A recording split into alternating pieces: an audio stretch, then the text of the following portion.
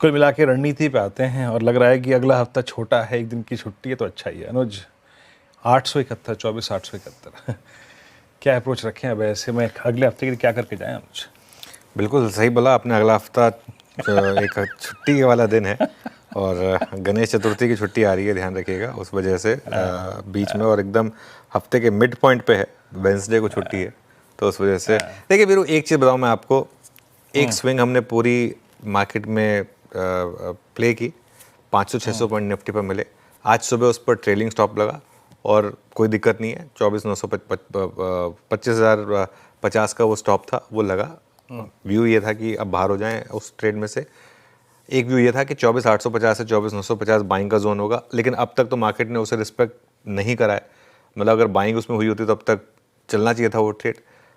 तो clear cut market का signal ये है कि अभी एक दिन के लिए आप न्यूट्रल पोजीशन के साथ घर जाएं, मंडे को फ्रेश व्यू लेंगे कि क्या करना है।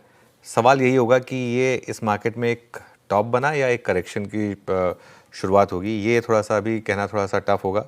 और ट्रेलिंग स्टॉप लॉस के बाद मार्केट बाहर आया है, ठीक है, part and parcel of the game, लेकिन टॉप है या करेक्शन, इसका जवाब हमें अगले हफ्ते मिलेगा। तो अगले हफ्ता एक्सपायरी वीक भी है, एक दिन छुट्टी भी है जैसा आपने बोला, तो उससे भी काफ़ी कुछ इम्पैक्ट पड़ेगा।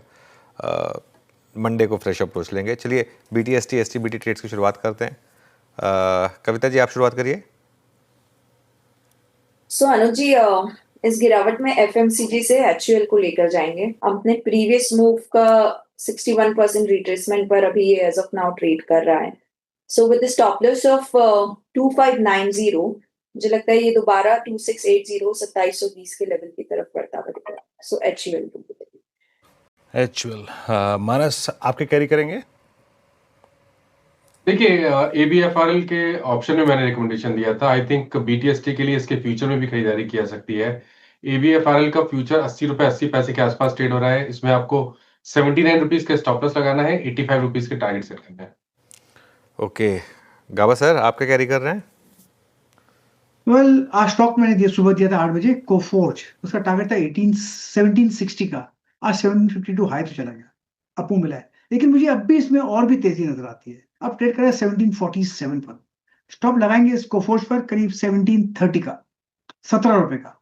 टारगेट 1800 के आसपास होने चाहिए कोफोर्ज। अब चलते हैं रचना जी के पास। सारे स्टॉक्स कह रहे हैं रचना जी से बचना जी, है ना? रचना जी क्या पिक कर रही हैं? जी IEX के फ्यूचर्स को शॉर्ट करके लेके जा सकते हैं। ये लीजिए। एंड 145